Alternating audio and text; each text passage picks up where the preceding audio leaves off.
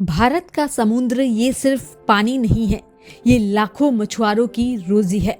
लेकिन इतने बड़े समुद्री खजाने का फायदा हम पूरा उठा ही नहीं पा रहे थे। यही वजह है कि सरकार ने डीप सी फिशिंग के लिए नए नियम लागू कर दिए हैं। किसान इंडिया के खास शो पशुपालन मास्टर क्लास में हम आपको बताएंगे डीप सी फिशिंग के नए नियम से मछुआरों को कैसे फायदा मिलेगा। भारत का समुद्री क्षेत्र बहुत बड़ा है, करीब 23 लाख वर्ग किलोमीटर, लेकिन टूना जैसी कीमती मछलियों का उत्पादन अभी भी कम है, जबकि हमारे पड़ोसी देश इसे बड़े स्तर पर पकड़कर बेचते हैं।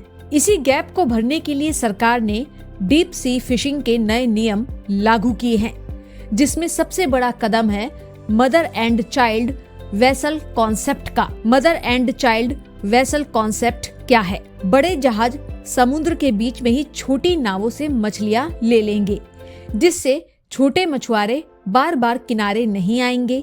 समय बचेगा, खर्चा बचेगा और दाम भी बढ़िया मिलेगा।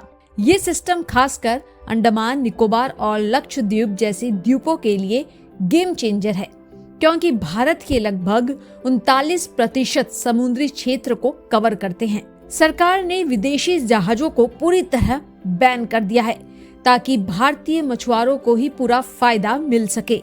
इसके अलावा सहकारी समितियों और FFPO को प्राथमिकता दी जाएगी, ताकि समुदाय मजबूत हो सके। नए नियमों में ये भी तय किया गया है कि जहाज मॉडर्न टेक्नोलॉजी से लैस होंगे और RBI के नियमों के तहत समुद्र में ही लेन देन की अनुमति रहेगी।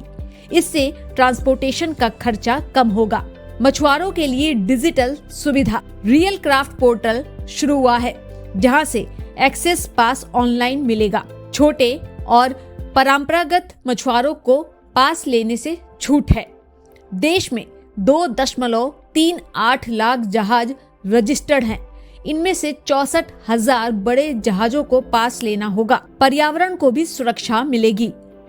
LED light fishing, pair trawling और बुल ट्रॉलिंग जैसी खतरनाक तकनीकों पर रोक लगा दी गई है। हर मछली का न्यूनतम कानूनी साइज तय किया जाएगा, ताकि समुद्र का पर्यावरण सुरक्षित रह सके। निर्यात में पारदर्शिता, रियल क्राफ्ट को MPEDA और EIC से जोड़ दिया गया है। अब फिश कैच सर्टिफिकेट और हेल्थ सर्टिफिकेट ऑटोमेटिक बनेंगे। जहाजों पर ट्रांसपोंडर और QR आधारित ID होगी, जिससे तट रक्षक बल को निगरानी में मदद मिलेगी। ट्रेनिंग और आर्थिक मदद, मछुआरों को नई तकनीक पर ट्रेनिंग दी जाएगी। इंटरनेशनल विजिट भी कराई जाएगी। PMMSY और FIDF के तहत क्रेडिट सपोर्ट मिलेगा। समुद्री भारत की दिशा में बड़ा कदम। भारत की 11,099 किलोमीटर लंबी तटीय रेखा और विशाल समुद्री क्षेत्र लाखों लोगों की आजीविका का आधार है। देश दुनिया में मछली उत्पादन में दूसरे स्थान पर है और भारत हर साल 60,000 करोड़ रुपए के समुद्री उत्पाद निर्यात करता है। और इन नए नियमों के बाद मछुआरों की कमाई और भी बढ़ने की उम्मीद है। ये बदलाव सिर्फ मछली पकड़ने के तरीके को नहीं, बल्कि पूरे समुद्री इकोनॉमी को नया रूप देने वाले हैं। अगर आप तटीय इलाके से हैं या मछली पालन से जुड़े हैं, तो इन बदलावों से आपका फायदा जरूर होगा। वीडियो अच्छा लगे तो लाइक करें, अपनी राय कमेंट में लिखें और किसान इंडिया को सब्सक्राइब करना ना भूलें। सर का पसीना जब माथे को आता है, वो किसान है जो अपने दम पर फसल को उगाता है।